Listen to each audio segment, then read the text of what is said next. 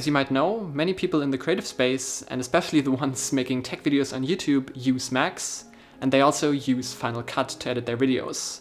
But as you might have noticed from my videos about the Dell XPS 15, I don't. And in this video, I want to talk a bit about why that's the case. Now, the first reason why I don't use a Mac is a bit more complex, and it basically comes down to me using Adobe Premiere and not Final Cut for video editing. Now, of course, if I would switch to a Mac, I could also switch to Final Cut. And this is what many people did a couple of years ago when Adobe Premiere wasn't performing that well, and they wanted something that performs better, and thus they switched to Final Cut. But it is still the case that Adobe Premiere is basically the industry standard outside of YouTube. So that means if you do client projects or you collaborate with other people that do more high-end stuff than YouTube videos, you basically have to know your way through Adobe Premiere, and it makes a lot more sense to use that than Final Cut. I now also work on a lot of other projects outside of YouTube, and I mostly do that in collaboration with other people, so it just makes sense to do that in Adobe Premiere because it's what everybody basically uses, and you can standardize the files and make everything accessible for everyone. Another point that also goes into this is software pricing, which you might find interesting because of course Adobe Premiere is a lot more expensive than Final Cut. You can just pay once for Final Cut, it's about 300 euros, whereas for Adobe Premiere you need to pay a monthly subscription that is 30 euros. So basically you're paying the same for Adobe Premiere as you would be for a lifetime license for Final Cut. But the whole thing is just not that simple. And that's because even if I would use Final Cut, I would still have to pay for an Adobe CC subscription in addition to that. That's because I also use Lightroom, I use Photoshop, Illustrator, After Effects, and I need all of these programs where there aren't really any good alternatives available. And it's also that all of these programs work really well together. If I make an animation in After Effects, I can just drag that animation into Premiere Pro, whereas if I would use Final Cut, I would first have to export that. The last point related to creative software is that all of these Adobe apps actually now run better on Windows PCs than they do on Macs.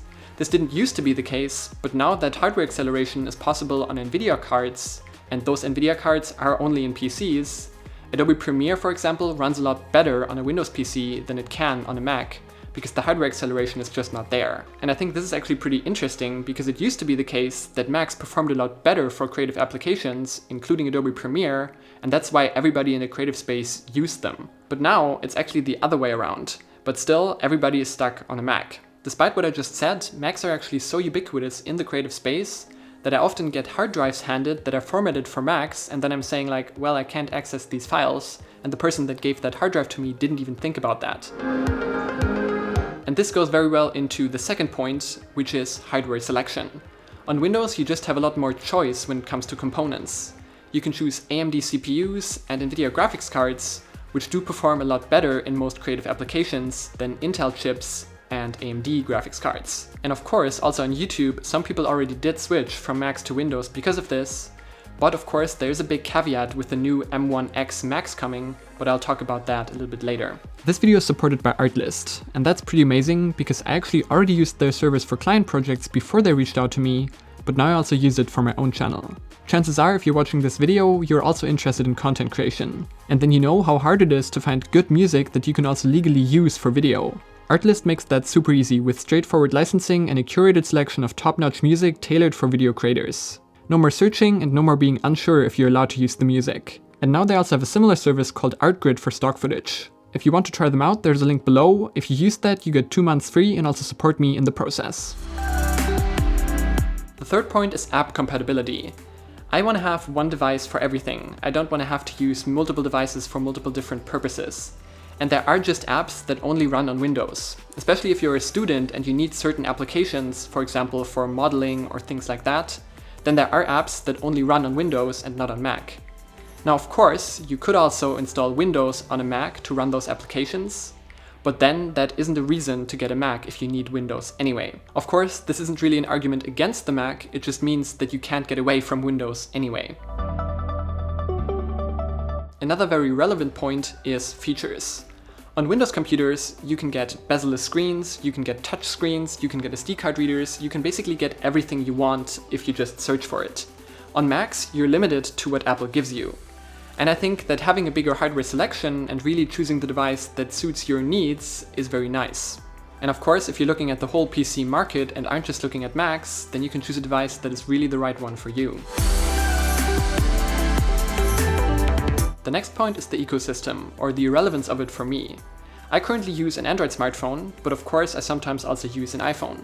But because I'm a tech reviewer and I switch smartphones a lot, I can't get too involved in one or the other ecosystem. I always have to be able to switch between the two and use services that are open for both platforms because I need to be able to switch. In Europe, this is also not as big of a problem as it is over in the United States because basically no one here uses iMessage, everybody uses WhatsApp. And in addition to that, I also use services like Google Drive, so I don't really need things like AirDrop because I can just transfer my files that way. The last important point, and also one of the main reasons why I chose the XPS over the MacBook Pro, is price. Now of course, this is not a cheap computer. High-performance Windows computers are also expensive. But there is definitely an Apple tax, especially to upgrades. If you want a MacBook Pro with 32GB of RAM and a really high-end GPU, you are paying about 1,000 to 2,000 euros more than you would for a comparable Windows laptop. And even though we're talking about maybe 3,000 compared to 5,000 euros here, yes, that is both expensive, but it still is a big gap. Of course, if there are advantages for you to using a Mac, then that price difference might be worth it, but added together with all of the other points I just mentioned, it just doesn't make sense. Now of course there's a catch to this, which I've already mentioned in this video, and that is that Apple is probably releasing their new M1X MacBooks later this year. And they actually might be a lot faster also for the applications I just mentioned than Windows computers at the same price. And of course, if that is the case, then the whole argument I just made might fall a bit flat. Of course, some of the points would still apply, but the whole higher performance for less money wouldn't really make sense anymore. But I think that we really have to wait for the new MacBook Pros to come out and then see how they perform. Because with the M1, of course, there is a great performance benefit to be had, but only if you use Apple's formats and Apple's programs. So that just means that we have to wait how it also performs in legacy applications until we can make a full judgment. Still, I'm super excited for these new Macs, and I'm definitely looking forward to them being a big push for the whole PC market. And of course, if you want to learn more about why I chose this laptop specifically, you can check out my review and also the updated video I did a couple of months later up in the cards. I want to end this video with a bit of a call to action. And that is that you shouldn't lock yourself into one or the other operating system. Don't just look at Macs because you've always been used to macOS. The switch between the two operating systems really isn't that hard, just like it isn't that hard between Android and iOS. If you're looking at the whole PC market, including Macs and Windows machines, then you just have a lot more choice and can really get the device that suits your needs the best. Don't just look at one, also not just at Windows, because there might be a device on the other side that is much better for you. If you enjoyed this video, you know which buttons to press, and don't forget to press that follow button on Twitter. I'm Brian, thanks for watching, and I'll see you in the next one.